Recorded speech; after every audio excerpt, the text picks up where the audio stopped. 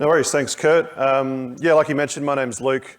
I'm a senior site reliability engineer from a place called Virtual Gaming Worlds, and we're based out of Perth, Western Australia.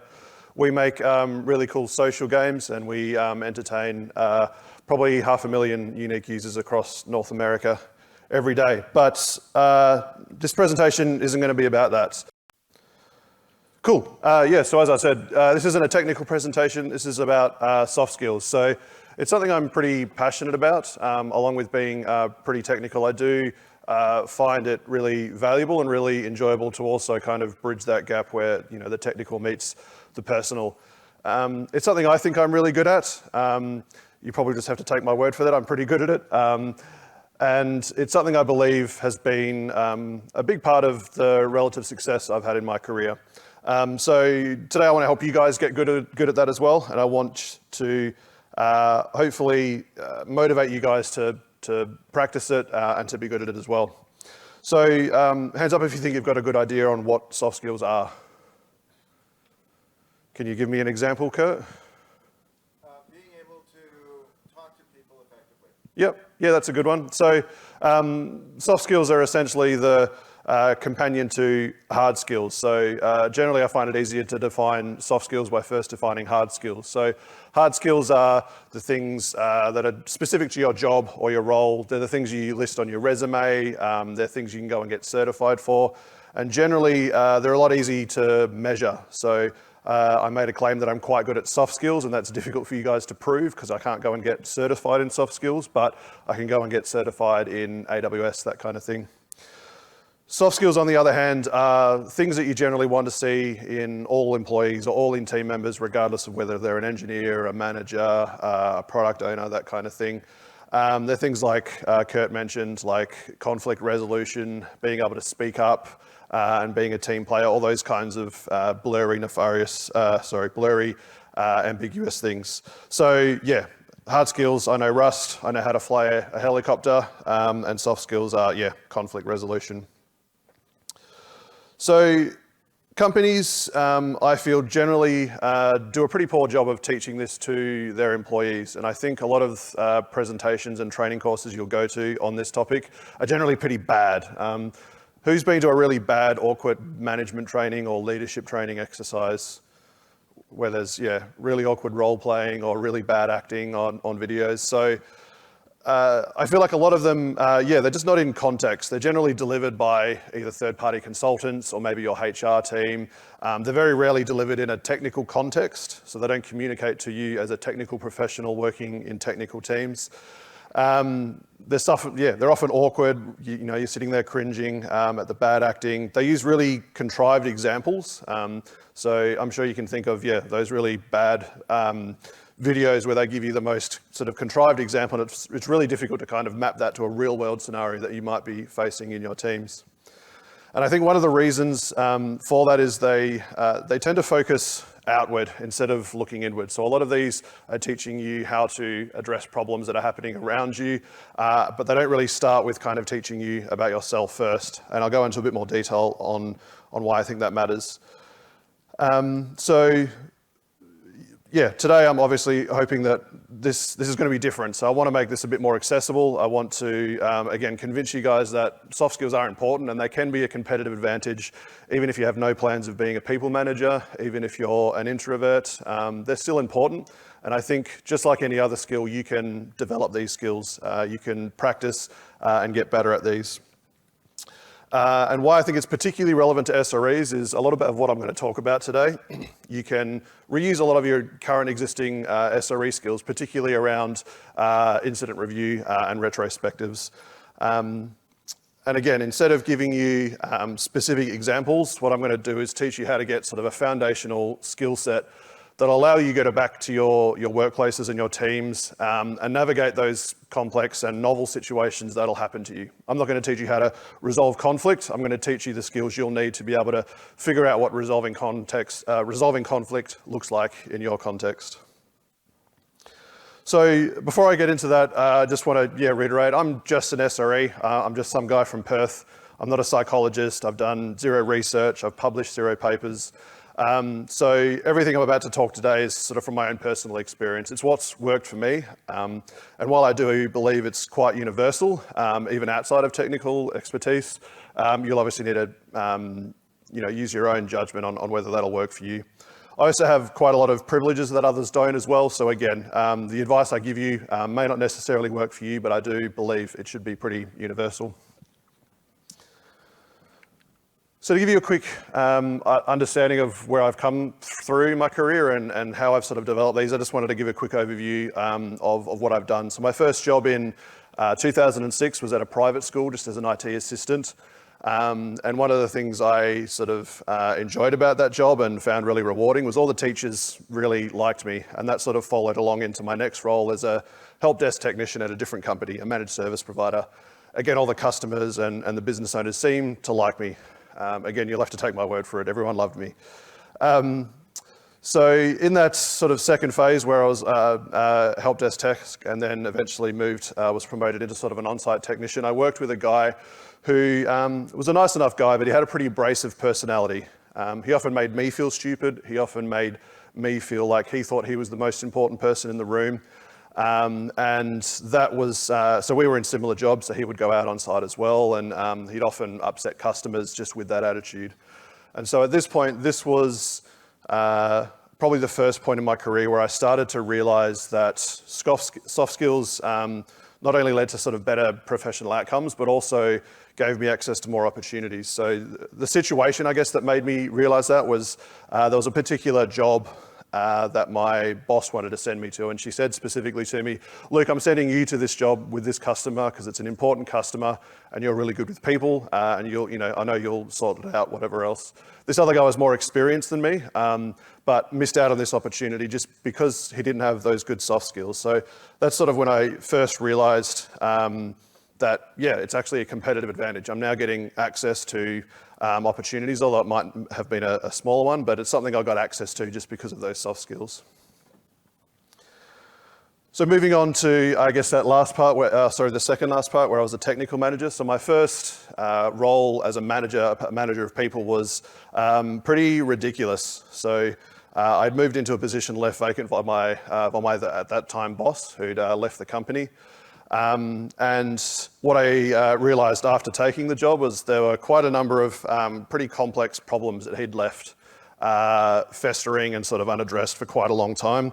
And unfortunately, I sort of inherited all of them. So yeah, to give you kind of a flavor, I'm just going to quickly sort of go over some of the, I guess, the big issues that I had to sort out. So the first one was within, I think, the first 2 months, my CEO had said, "Yeah, Luke, I want you to go over to Sydney because I need to fire someone in your team," which was kind of pretty strange to me. The CIO firing someone, again, I wasn't in a super high team, and so there was probably sort of 4 or 5 different levels of management between myself and the CIO, but I had to sort of sit in a room while the CIO fired someone in my team remotely over a Zoom call. Not fun for anyone.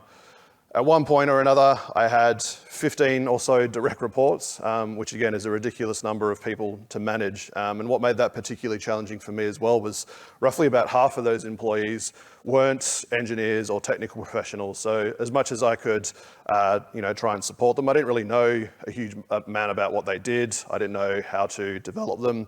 And again, for a first-time manager, pretty tough gig. I needed to also diffuse a really complex situation between 3 staff in a remote office. So again, I was based in Perth, and this particular issue was happening in the Sydney office. So there was bullying happening, which led to sort of the eventual mental breakdown of a particular person who took a long leave of absence and a compensation claim. And the third person kind of just stuck in the middle of that. I had to have a tough conversation with an underperformer and do performance management, which I'm actually going to talk about a little bit later in the presentation. I had to address some really, really long-term and unaddressed underperformance in another contract that we had and the subsequent termination of that contract. So as you can see, there was quite a lot of really complex situations that I sort of got thrown into in my first role. And what, again, just to really, I guess, crank up the difficulty, dealing with those problems at that time in that company was, morale was quite low, resentment towards management, particularly the upper management, was quite high. There was lots of churn and burn, and it shouldn't be surprising after hearing all the stuff that I kind of had to solve there. So it was a really tough time. And I believe I dealt with those situations, I was going to say successfully, but it's kind of difficult to talk about those situations and having them as being a success. They're obviously quite difficult, not just for myself, but for the people involved. But I think I navigated them pretty well.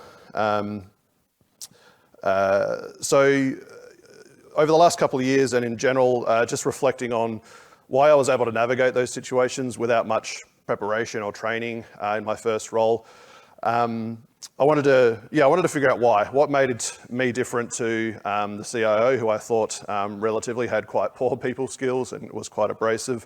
What made me different to my colleague in that first job as the on-site technician. And some of the things I came up with were, I listen to people, I validate their feelings, I kind of put myself in those situations and sort of figure out what would work for me. And while those were all sort of part of the answer, I still wanted to go deeper. Again, maybe that was sort of the SRE mindset coming in there. And so at some point, I think maybe, 2 or 3 years ago, I had the epiphany that it's all around self-awareness. And that's sort of what the rest of this presentation is going to be about. I feel like self-awareness, that is the secret weapon, and that was kind of the secret sauce that made me able to navigate those solutions. So does anyone want to take a stab at defining self-awareness for me? Nope, everyone's keen to stay quiet. So to me, self-awareness is, again, awareness of yourself, awareness of your emotions, what causes those emotions, what triggers them, how those emotions feel physically, how they change your behaviors, and just being aware of how you come across to other people. So you might be having a conversation, whether it's a one-on-one or a group situation, just being aware of how you might be being perceived, the language you're using, body language, that kind of thing. And so, yeah, I guess, like I said, the epiphany for me was I had self-awareness. And again, still wanting to go deeper. I wanted to figure out why. Like, what was self-awareness? Why did I have it? And how did I develop that skill? So when I was a teenager and sort of right through to my young adulthood, I wasn't the happiest guy. I had a handful of personal issues going on. And as a result, I spent a lot of time with youth counselors and psychologists. And although they taught me a bunch of things, and I mean, in general, these type of professionals teach you not necessarily how to solve your problems, but how to work through emotions and give you sort of tools. And so one of the things I learnt from a particular psychologist was something he called the emotion retro, which sort of looked like this. It was quite basic. This was going back probably more than 10 years now. But he said to me, Luke, basically, whenever you have a big emotion or whenever something significant happens, I want you to kind of take these forms. He gave me like a stack of these printed out and just said, I want you to fill this out. So today I felt emotion, whether it was angry, happy, sad, whatever else. And I was meant to write down why I thought that was the case. Now, I was way too cool to write stuff down, and I wasn't going to keep a journal. And so initially I was kind of pretty skeptical about how this would even matter. Like, okay, cool, I'm writing my feelings down, big deal. But it did stick with me, and was something I started doing just mentally in my mind. And I think doing this over a long period of time is sort of what helped me understand myself better, which then I believe was the catalyst for me being able to understand other people and what was happening with others. And the last thing I guess I learned going through this process is introspection is really, really hard. So I know often if we're in the midst of an incident retro, it can often be difficult to review some of them. Either there's not a lot of evidence around, it's hard to ask the important questions, but introspection and looking at yourself and looking at your own emotions is 10 times harder, and that sort of never really gets easier even when you practice. So what this allowed me to do, and again, this is something I've been thinking about for quite some time, and this is sort of a rough, maturity model that is how I kind of modeled it in my head. Apologies for the really low effort visualization, but that's all I could manage.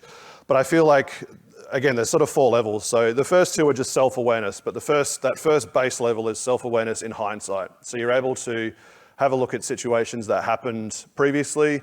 You can walk through what the emotions were, what the triggers for that emotions were, that kind of thing. And once you sort of get good at that and you're able to do that quickly and regularly and accurately, you can then start doing the same thing but with foresight. So how might I react if I was put into this particular situation, or I'm about to go into a conversation with this person, or I'm about to go into this tense environment with this particular team. How might I react? What can I maybe do to lessen any particular like extreme emotions, that kind of thing. So again, that's kind of the base 2 levels.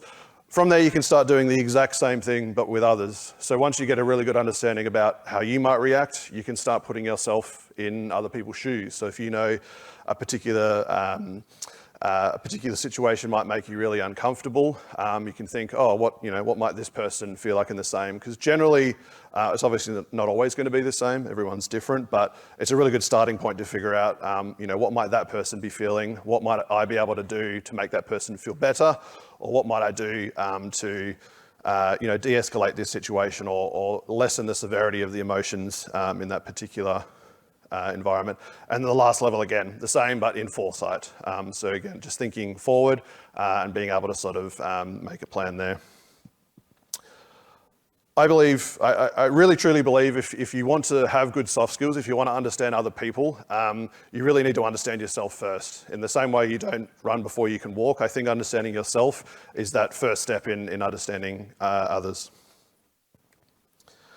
So this is sort of, again, a really informal way that I approach this introspection, and this is kind of what I want to share with you guys today and something you can take away. So the way I think about this is a bit more, in depth than that first, pre-filled form.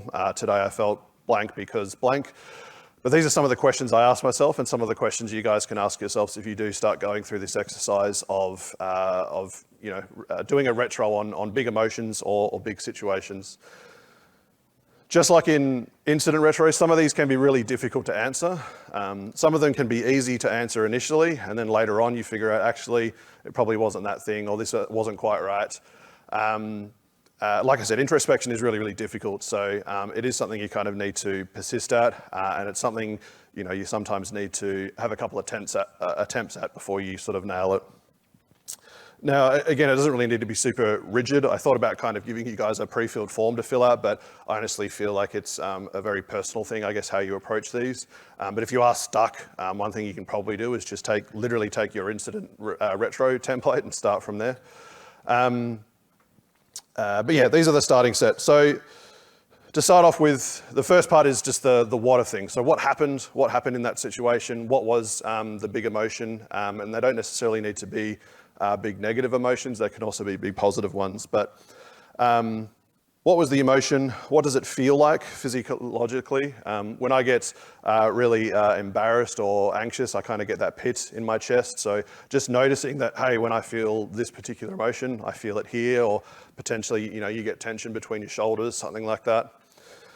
Is it one emotion or is it a mixture? Generally, it's going to be a mixture. Humans are obviously quite complex beings, and sometimes it can be a mixture of multiple emotions. But just articulating that emotion, giving it a name or a word, helps you process it and internalize it. And so one tool that I found useful for doing this was the feelings wheel. This, I believe, from my very brief Google research, was first popularized by a psychologist named Robert Plutchik. But essentially, how it works is you've got those basic base emotions in the middle, and as you sort of fan out to the edge, there's more specific emotions sort of related to that. So if you're struggling to find the word for what you're feeling, this can be helpful. You can Google this. There's also a link on the slide as well. There's lots of different variations of this, but you'll find one. But yeah, find associating emotions with words and then the physical reaction. That's that sort of first step. We then go on to the why. So why did I feel that emotion? What was it specifically that triggered that emotion? This is probably one of the hardest questions, I guess, to answer in these, because it's not always as obvious as it sounds. So if I said, look, Kurt said something really disrespectful to me and that made me angry, it's while that's sort of part of the answer, and again, while the post-incident response review might be, oh, it was the bug in the code, there's still so many layers deeper you can go there. So why did that bug exist? Why did Kurt say those things, and why was it specifically what he said that upset me? Why did I find that disrespectful? And why did those things trigger those particular emotions in me? So that's, I guess, generally where I spend most of my time on this introspection, and I feel that's kind of the most valuable. And again, I'm going to say this a lot, introspection is difficult, so you do need to sort of give it plenty of thought over a number of days, and potentially even asking people you trust to kind of either give you ideas or even validate potential answers you have. You can do the same 5 whys exercise as you do in incident response to find out, to kind of get through those layers. And once you kind of get a good understanding of the whats and the whys, and you do this over a nice long period of time, and I don't mean 3-4 days or a week or whatever, if you do this over the course of 6 months, a year, and keep going, that's when you can start to notice trends, patterns. And again, we're still just in hindsight here. We're not necessarily altering much of our behavior. We're not changing the way we talk or we interact, but we're just being mindful of what's happening. But again, doing that exercise is that first part. And then the last bit is how. So, okay, I'm feeling these big emotions or these situations are happening to me and around me. How do they change my behaviors? A lot of people tend to think they hide their emotion really, really well, but in general they don't if you're looking closely. And I think it's the same with introspection as well. Generally, you kind of think you're putting on a brave face, but there's often subtle changes in your behavior, subtle changes in the way you speak and the language, your body language that change.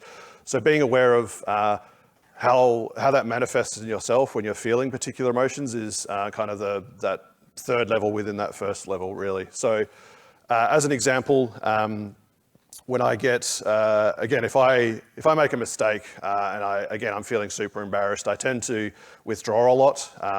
I definitely don't make any more jokes, which is something I do quite normally.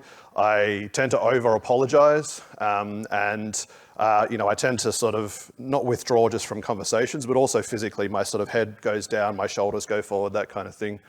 So that's an example of, I guess, the things you can look for with how those emotions impact.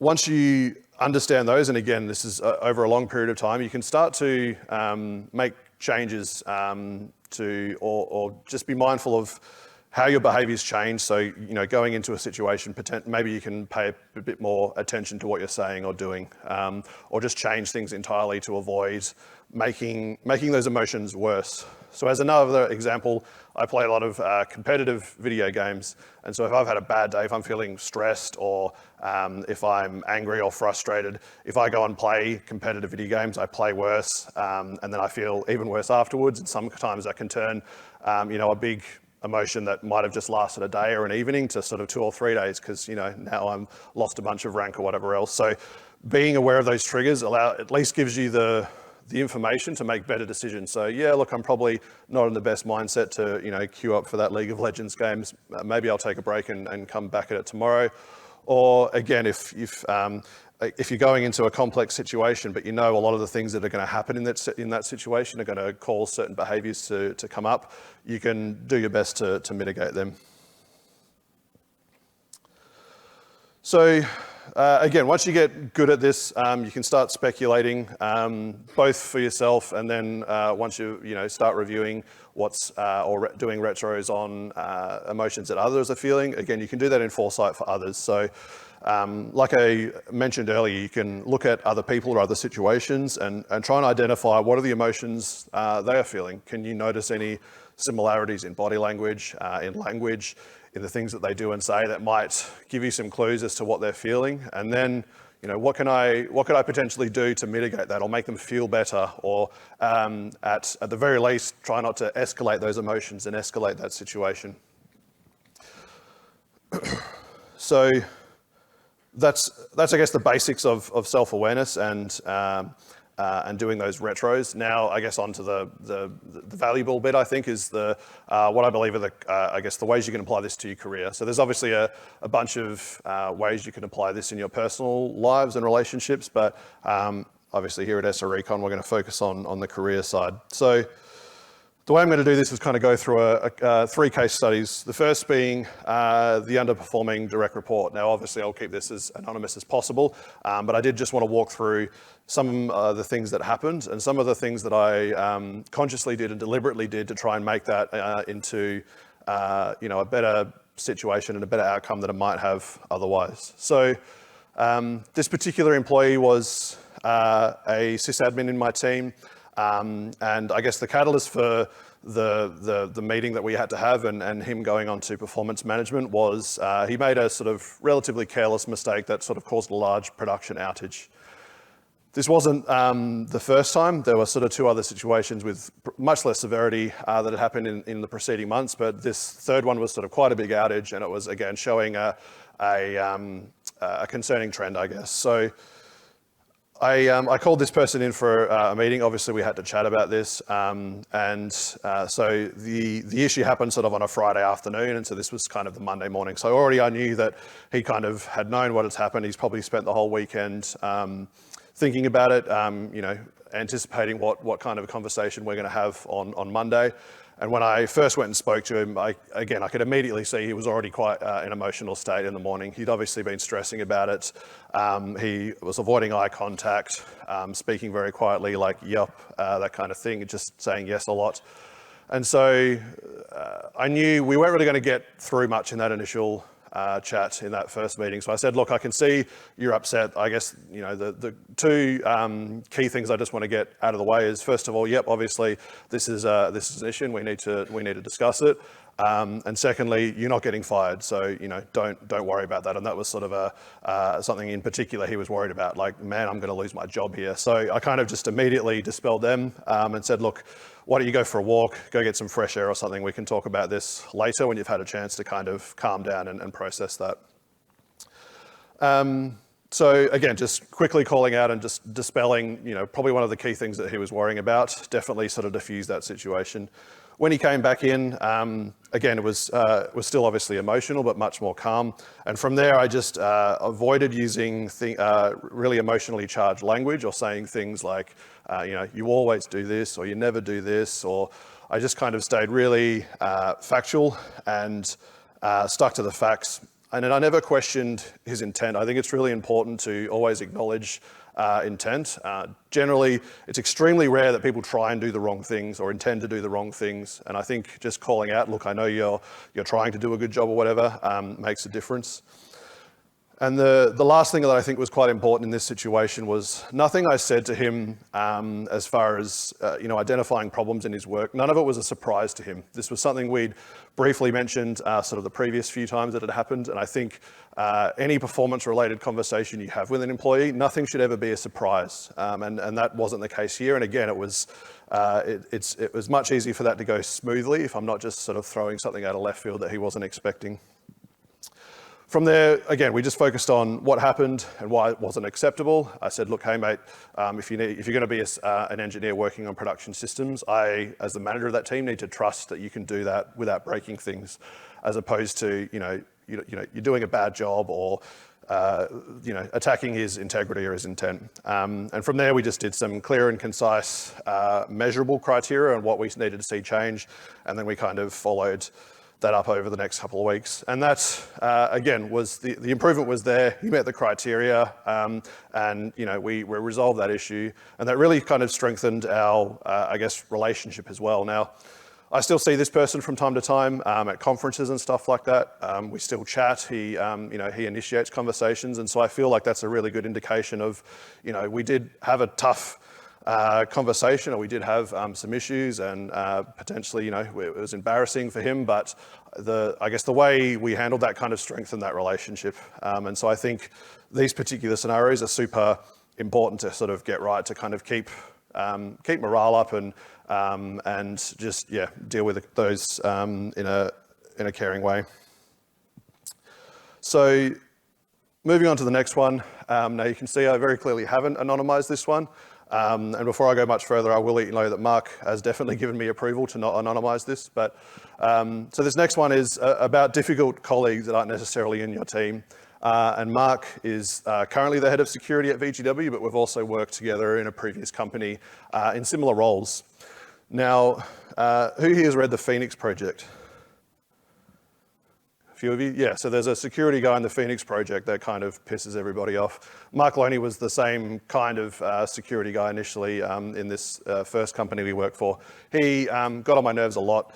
I think the first day when he started in the development team. I was sort of on the ops side. We noticed, the production system was scaling out massively and there was heaps of traffic and we were wondering what the hell was going on. Eventually we figured out Loney was just running a vulnerability scanner on production, hadn't told us. It didn't actually cause any issues, but it was kind of the first one of like, oh yeah, this guy's just gonna kind of go and do stuff and not really let us know. He very quickly sort of moved into a more specific security role and then pretty rapidly raised in seniority. And so, we had a number of different run-ins where he would raise security issues or vulnerabilities that we need to go and fix. And again, just like in the Phoenix Project, it was like, man, like, sure, I can see the issue, but we still need to keep the lights on, or we still need to ship this thing by this date. Very frustrating, hard to deal with. And because he was so persistent and because he sort of had risen to a level of seniority, it was something that we couldn't really ignore. We couldn't just not respond to him or not do what he was asking. One particular day, Mark had found a pretty reasonably serious vulnerability in one of our systems. It was something that was only exploitable by our own staff. And so in my mind, yes, it was a vulnerability, but it was very unlikely to be exploited in the wild. But it was like 4:45 on a Friday or a Thursday or something like that. And Loney wanted to raise a Sev 1 to get this issue fixed. And this was kind of the last straw. I was like, man, this guy is, I was visibly frustrated. So I had tried a couple of times with him, just like, look, can you just leave this? We'll fix it later next week or something. It's not important for right now, but he wouldn't let it go. Eventually I ended up writing a really angry Teams message to his boss. But I guess one of the deliberate things I at least did at this time was I'd sort of written out 2 or 3 paragraphs, but I read it first before I sent it. And I guess that first reading, I was just ranting at that point, like, this mother, all that kind of stuff. Like, you need to pull his head in. But what I did was, again, I just reread that and rewrote it probably 3, 4, 5 times. And the specific things I looked for was, again, taking out the emotive language, taking out the you always, taking out the sentences that questioned either his integrity or his intent, and kind of acknowledging, look, I understand he's doing his job. He obviously cares about security and the success of his company, that kind of thing. If you looked at that sort of first version and the last version that I actually sent, it was pretty easy to see that there was kind of 2 ways that message was going to go. One was either going to be not super helpful or beneficial for anybody, for me or for Mark. And the other one was obviously going to lead to a bit more of a positive outcome. And so that's kind of something I've used a lot if I need to send or I need to have a particular tough conversation, I need to shoot off an email, just reread it a few times. And again, emotive language, be very factual and no over exaggerations. Now, like I said, me and Mark still work together today. He still pisses me off, but we do have after several years of kind of going through this and me being very deliberate in how I respond to him and how I speak to him, we've now got quite a lot of mutual respect for each other. So again, I haven't necessarily removed the frustration. I haven't stopped him from pissing me off, but our working environment and our working relationship is much more tenable now. I know I can go and speak to him. And like I said, there's mutual respect. We kind of get each other and we get each other's intent. And I think, again, the biggest proof of that is that, again, Mark very specifically gave me permission to stand up in front of a bunch of strangers and talk about how much I hate him, basically. So I guess hopefully that's a good mark of that mutual respect that we have for each other.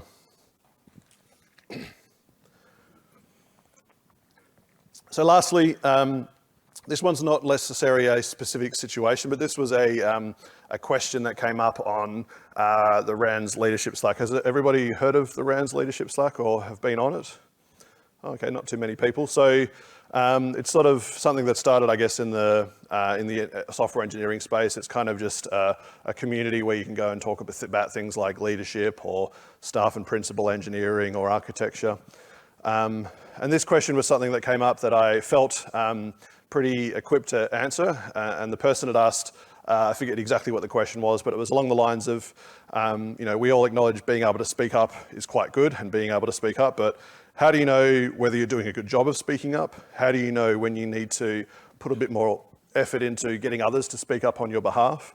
And this question I found really interesting because I feel like it's quite easy to answer with that self-awareness and using kind of that foresight. So I guess to tackle that first part is what are some signs that you're doing a good job of speaking up? And so again, I kind of put myself in those situations around like, if someone else was doing a good job of speaking up, how might I react? What might I say? Or what are some things that might happen in a team where someone's doing a good job of that? So the things I'd sort of responded to this were, are teammates reticent about telling you about projects or about particular initiatives? Or are they reticent about inviting you to technical review meetings or asking you to feedback? Or do they feel like, getting your tick of approval is this really tedious, annoying task that nobody looks forward to? If those are the case, there's some good signs that you're probably not doing the best job of speaking up. You're becoming, the Mark Loney, you're pissing people off. Yes, you're obviously talking about stuff and raising issues, but you're not really doing it in the best way. And then on the flip side, if you're doing it well, like do people thank you for highlighting issues or giving them feedback? Do they, are teammates proactively reaching out to you and saying, hey, can I get your feedback on this thing? That obviously shows that they care about what you think and that feedback or issues you've identified before have been valuable. So again, just thinking through what people might do in particular situations helps you kind of answer these questions, and they're really good heuristic on, if you're trying to speak up more or trying to be that person in your team, it's easier to sort of track how you're going other than just kind of saying things and doing things but not really understanding. And then on the second side of, how do you know if you need to do a better job of getting others to speak up, or so you're not just the same person saying the same things all the time. So in a tech review, for example, is the room pretty silent when someone asks for feedback, or do you find yourself frequently highlighting the same issues, in different contexts or different teams or whatever else? Do teammates kind of come to you with problems to solve that they've either not really done much due diligence themselves, or they've not really asked others in the team? Those are all kind of good indicators that other people sort of need to step up and help, or potentially there's cultural issues there. Like if everyone's silent when someone asks questions or feedback, there's obviously some issues there that are preventing people from speaking up. And again, on the flip side, again, if people are proactively reaching out to you or to potentially other people you've helped before about issues, that's probably a good sign that you've equipped others to talk about stuff that you talk about. So one particular example is I helped an engineer last year with some VPC and networking stuff in the cloud. And now when people come and ask me for help with networking, I kind of either point them in that direction if they haven't gone that way first. And I guess, that's one way I guess I can figure out that I've done a good job of getting others to speak up for me or kind of take that initiative for themselves.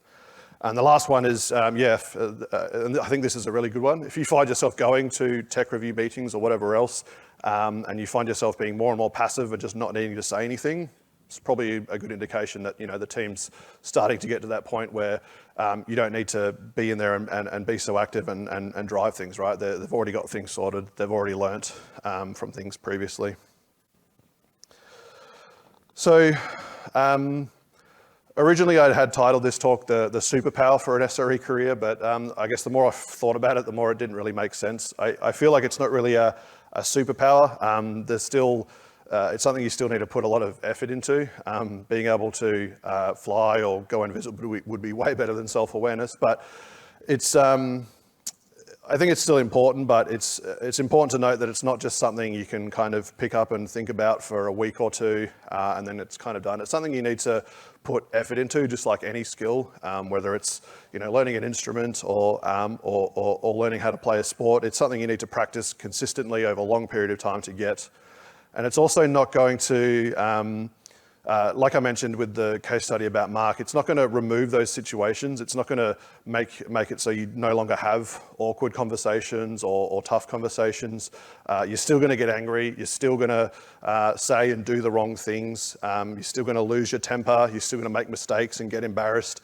But when you're armed with, I guess, this self-awareness, again, you can not only navigate those emotions for yourself much better, but you can start to figure out what you need to do in those situations that are unique to you, your situation, your teams, and that kind of thing. It's the key to figuring out how to resolve conflict, because again, that's although a lot of people have tried to answer how you resolve conflict, I think that self-awareness is the key, and then you can kind of go and figure that out for yourself in your context. You still have to care about other people, obviously. This self-awareness and being able to go into these situations doesn't work if you don't care about not just yourself and your own emotions, but the people you're working with. And you also still need to be really, really humble, I think is a really important point. So just 4 quick things to reiterate before I finish up. Introspection is really, really hard. Even when you're good at it, it still can be difficult analysing what's happened, but you can get good at it, and it can become quite useful if you practice consistently. Understanding yourself is the first step to understanding others, and I think, like I said, you've really got no business trying to understand what someone in your team or your boss or your employees are doing without first understanding yourself, understanding how you function, understanding how you might react in those situations. I really believe this is kind of like the table stakes for being able to work in teams. You sort of need to understand yourself. And I think, like I said, it's that foundational level to being able to go into new and novel situations and just know what to do innately. Soft skills are a competitive advantage, and I think particularly so in tech, but I honestly believe this is pretty universal, whether you're, like I said, a lawyer, maybe you're a doctor or whatever else. But I think in tech and in software systems in particular, it really is. In 2023, most of the software systems we work on are so complex and massive, it takes quite a number of people, both technical and non-technical, to work on these things. So if you're really good at working in those teams, if you're really good at promoting good culture, you're good at handling situations, it's going to set you aside from other engineers. But again, particularly if you're not a people manager or you want to be an individual contributor, and go the staff principal route, these are a really, really good way to set yourself apart and give you access to opportunities you might not have had otherwise. And yeah, like I said, regardless of whether you've got your eyes set on people management or staff engineer or whatever, these are super important. And finally, I believe this is the secret weapon for SREs. So again, in SRE, the SRE discipline, we always talk about being prepared for the unknown, expecting failure, expecting complex situations, and just arming ourselves with enough information, with enough retrospective ability to be able to navigate those, and apply these to ensuring we've got long-term resiliency in our systems. But it's the same in our teams, in our emotions, and our companies. The root cause of an incident is very rarely, there was a bug in the code. It's always the people and the processes and the culture and the systems surrounding it that is kind of the real valuable insights to incident. And it's the same thing with people. It's the same thing with your emotions. We talk about long-term health, sustainability, and resiliency of systems. It's the exact same attitude. It's the exact same skills, but we're just sort of using it on ourselves as well. That's all I've got time for. Thanks very much, guys. Thanks for listening.